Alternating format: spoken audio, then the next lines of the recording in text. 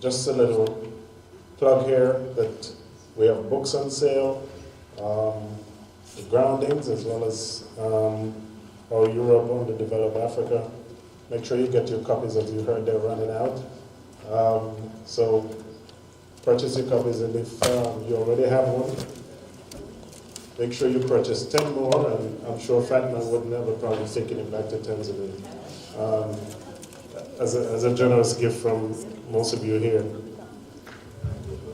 Following the presentation, we'll have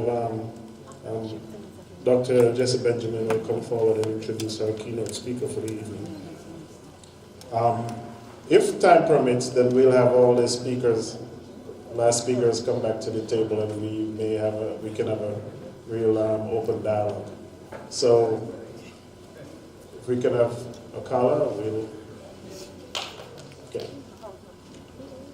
He's on his way. I am, but I'm looking out and I can't see the DJ. So I'm a little scared.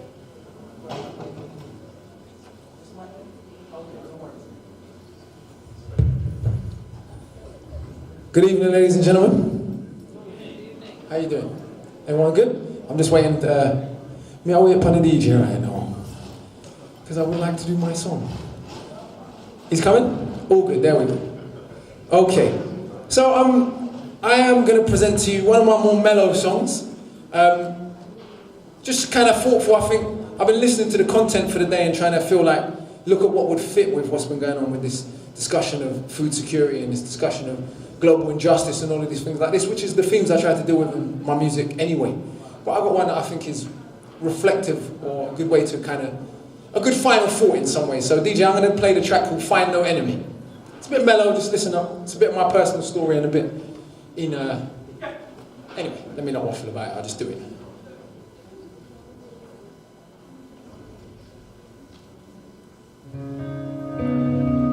Okay.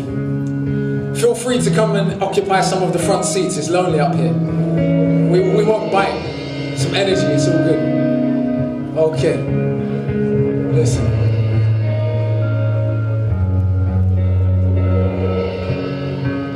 There we go. Okay, listen. Yo, don't stand in front of the projector. That is my tip for the day. It will blind you. Okay. Apparently, I'm second generation Black Caribbean and half white Scottish, whatever that means. See, lately I feel confused with the boxes, cause to me all they do is breed conflict. It's not that I've lost touch with reality of racism, sexism and nationality. Just to me all seems like insanity. Why must I rob you of your humanity to feel good about mine? It's all about crime, dehumanizing, how I justify them, so they must keep lying about the history of Africa, so they can live with the massacres and repeat my mantra. Muslim terrorists, so I can sleep at night as bombs take flight. Eyes open wide but I'm blind to the sight. Too busy chasing the perfect life, and the working class keep them uneducated. Truly educated men could never be a racist. To educate is to draw out what is within. Are we not all the same under the skin? I've got a heart like yours that pumps blood and oxygen. And insecurities, a whole lot of them. I'm scared like you deep down. I really do care that the world's not fair like you, but don't even believe my own prayers like you. Chasing career, going nowhere like you. Lost in a fog of my own insecurity. I hold myself up as an image of purity, and I judge everybody else by the color of their skin or size of their wealth. But it's not good for my health, as the only one I ever really judge is myself. Oppressors must suffer like the oppressed, though I pretend to be in control of this mess by inflating my ego, puffing my chest. See our weakness and our need to show strength for what we think strong is. Cause if we're honest, true strength is the strength to be honest. And if I'm honest, I am just tired. If I'm honest, I am just tired. Tired of every day filling up my car, knowing that I'm paying for the bombs in Iraq. Tired of pretending it don't hurt my heart, of wanting change, not knowing where to start. Tired of listening to all the conditioning and all the forms that they got me feeling. And next time you see what you think is a thug and despise him, please know I am just like him, cause I was like 8 first time I saw crack. Same time I first smoked weed, choking on blowbacks. First time I saw knives penetrate flesh, meat cleavers to the back of the head. As I grew and teenage years passed, many more knives pierced and the shots blast. And I ain't saying I had the worst upbringing, but there's a million young men just like me in prison. We complain about racism and elevate clowns with their trousers down, swinging they round.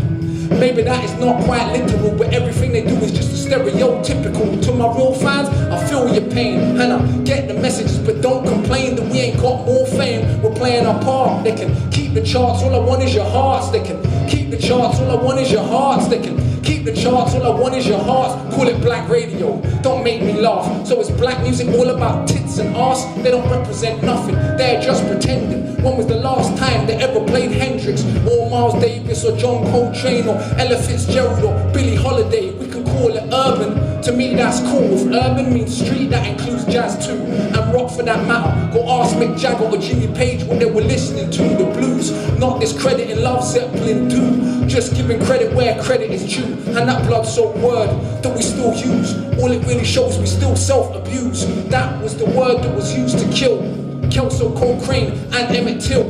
That was the word that the conscience eased and made people pleased to hang you from trees. That was the word that let the whips crack. No matter what we say, we can't take it back. And I can say they're black so I feel their pain easier. But 1915, look at Armenia. It's the whole world, this elite stupidity that will choke us all to death, quite literally. And I can talk with my comfortable mouth, comfortable clothes, comfortable house. The tables will turn, we can but stall them. Every empire when this earth has fallen may sound like I'm bitter, but in fact, truth be told, I am quite the opposite. I wake every day and I'm overwhelmed just to be alive and be like no one else. And the sheer weight of the thought of space is enough to keep my little ego in place. All that we chase and try to replace, all along it was right in our face. The only way we could ever change anything, look in the mirror and to find no enemy. Thank you very much, ladies and gentlemen. Big up.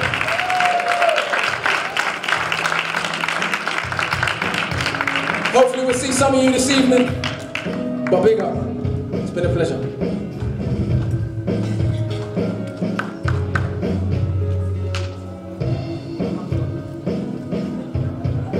So that's a taste of what's in store tonight. It's going to be a very special show. These are two truly amazing artists that we're blessed to have with us.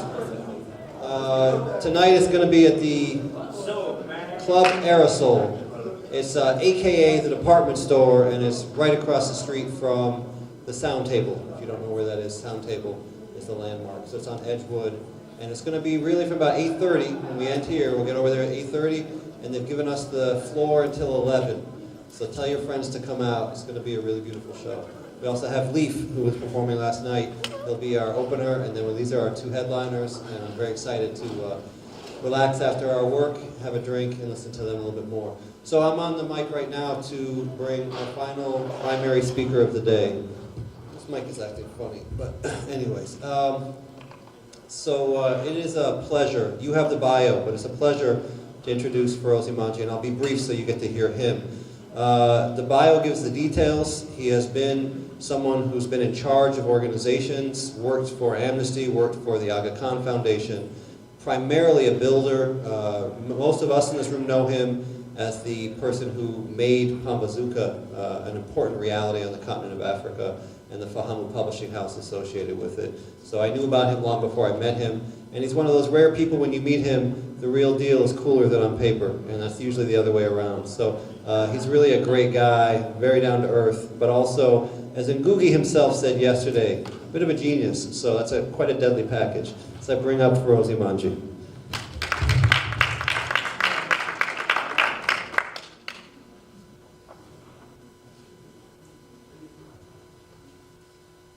Good evening.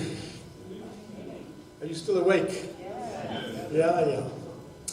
Well, it's a real honor to be here once again. And let me start off where, excuse me. Let me start off with the last speaker's last words. A luta continua. Yes? The problem is she didn't translate it into Kiswahili. because today it's translated as "the looting continues." What I want to speak about is, most people have talked about hunger, people being hungry. What I want to talk about is my title of my speech is "Not Hungry, but Starved by Capital." Jesse at the beginning referred to my comment I'd forgotten I'd made the last time I was here, that there is no such thing as poverty. There is only impoverishment, a process of pauperization, a process of making people poor. And I think the same goes for hunger. What I want to do is just highlight some of the key elements of that process. We've had a lot of statistics. I'll just try and keep some of them short. According to the FAO, the Food and Agriculture Organization, almost 1 billion people suffer from chronic hunger, and almost 2 billion are under, or some of them, overnourished. Approximately 5 million children die each year because of poor nutrition. Access to adequate food during the first 1,000 days of life is vitally important for a healthy generation. Of the world's hungry people, 98% live in the global south. The root causes of food insecurity and malnutrition is not shortages. FAO estimates that the world produces enough food to feed the 7 billion people living today, and even estimate that 9 to 10 billion population by 2050 can even be covered by today's capacity to produce. Despite this, 2 billion people making less than $2 a day, many of whom will live in rural areas where resource-poor women farmers cultivate small plots of land, and most cannot afford to even buy food. It is the economic system that is responsible for this prevalence of poverty and hunger. We've heard that of those suffering chronic hunger, 60% are women, usually invisible.